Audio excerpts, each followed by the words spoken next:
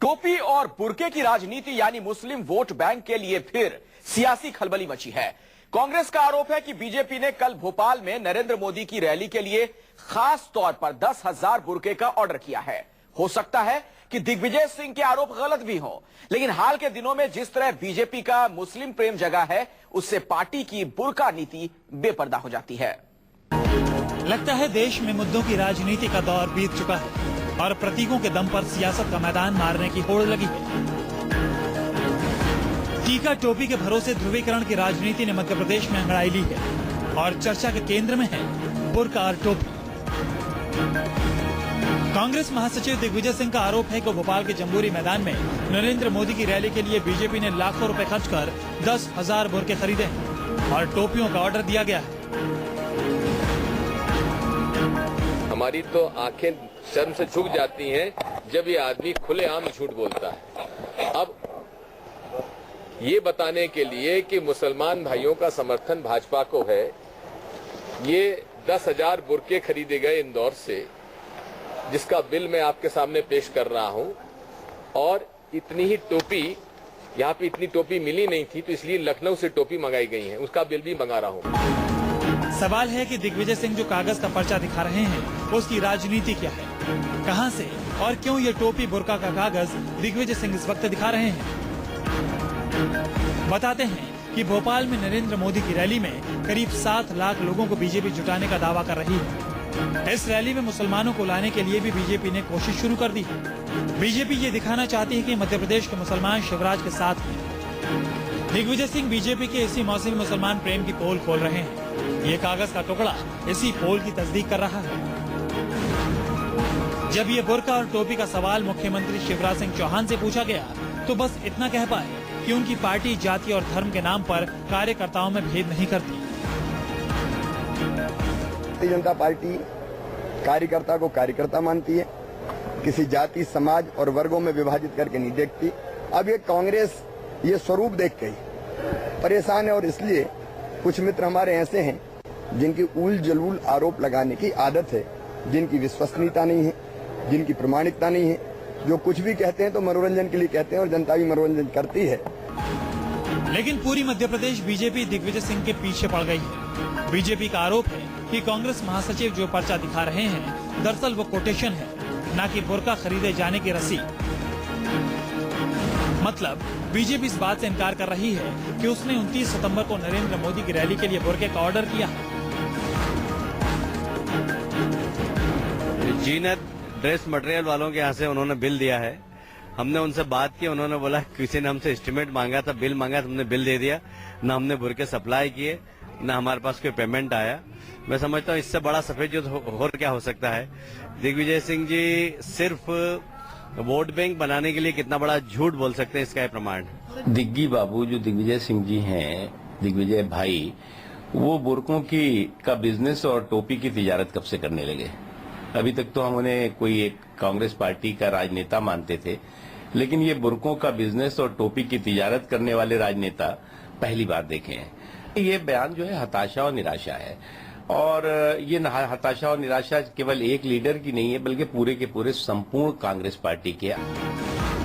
समझ में ये नहीं आ रहा कि क्या किसी को भी टोपी और बुर्का पहनाकर ये साबित करने का खेल हो रहा था कि मुसलमान बीजेपी के साथ है, और वो भी नरेंद्र मोदी के पीएम उम्मीदवार बनने के बावजूद, या फिर बीजेपी बुर्के और टोपी के जरिए मुस्लिम को रिझाने की कोशिश कर रही है। सवाल ये भी है कि क्या सिर्फ बीजेपी ही ये काम करती है, और क्या पर्दे के पीछे दूसरी पार्टियां मुस्लिम वोट बैंक के नाम पर दूध की धुली हैं। भोपाल से प्रवीण दुबे के साथ ब्यूरो रिपोर्ट, न्यूज़ 24। संकेत यही है कि बीजेपी बदलने के लिए छटपटा रही है। कल तक टीका करने वाली बीजेपी को अब टोपी भी चाहिए और बुर्का भी। बीजेपी समझ चुकी है कि दिल्ली की गद्दी पर दोबारा सत्तासीन होने के लिए टोपी और बुर्के का समर्थन जरूरी है। बेशक टीका टोपी की राजनीति में हर पार्टी अपने अपने तरीके से शामिल है, लेकिन इस बात में कोई शक नहीं है कि अब तक टीका की राजनीति करने वाली बीजेपी ने करवट बदलते हुए टोपी की राजनीति शुरू कर दी है। हैदराबाद से रेवाड़ी तक नरेंद्र मोदी की रैली में खास तौर पर मुस्लिमों को टोपी और बुर्के में आने का न्योता देना बीजेपी की टोपी राजनीति के सच को साबित कर रहा है। इस बात की भले पड़ताल हो सकती है कि भोपाल की रैली के लिए बुर्के का बिल सच्चा है या झूठा, लेकिन नरेंद्र मोदी के जन्मदिन की ये तस्वीरें बताती हैं कि बीजेपी के पीएम उम्मीदवार अपनी कट्टर हिंदूवादी छवि बदलने के लिए छटपटा रहे हैं। नरेंद्र मोदी और बीजेपी की छटपटाहट की वजह भी है क्योंकि दिल्ली की गद्दी के लिए मुस्लिम वोट बैंक को नजरअंदाज नहीं किया जा सकता। देश में 35 लोकसभा सीटें हैं जहां मुस्लिम आबादी करीब 30% है और 30 सीटों पर यह आंकड़ा 20 से 29% के बीच है। 145 लोकसभा सीटों पर यह आंकड़ा 11 से 19% के बीच है, जबकि 183 लोकसभा सीटों पर मुस्लिम आबादी 5 से 10% के बीच है। आंकड़े बताते हैं कि जब विधानसभा और लोकसभा में 5 से 10% वोट हार जीत का अंतर तय करते हैं तो देश की ज्यादातर सीटों पर मुस्लिम वोट बैंक निर्णायक है। राज्यवार यह आंकड़ा और अहम है। बताने की जरूरत नहीं कि नरेंद्र मोदी की सबसे ज्यादा नजर 80 लोकसभा सीटों वाले उत्तर प्रदेश और 40 सीटों वाले बिहार पर है। यूपी की 80 लोकसभा सीटों में से 54 सीटों पर मुस्लिम आबादी करीब 11% है। बिहार की 40 लोकसभा सीटों में से 24 पर मुस्लिम आबादी 11% है। मध्य प्रदेश में करीब 20% सीटों पर मुस्लिम वोट बैंक निर्णायक है।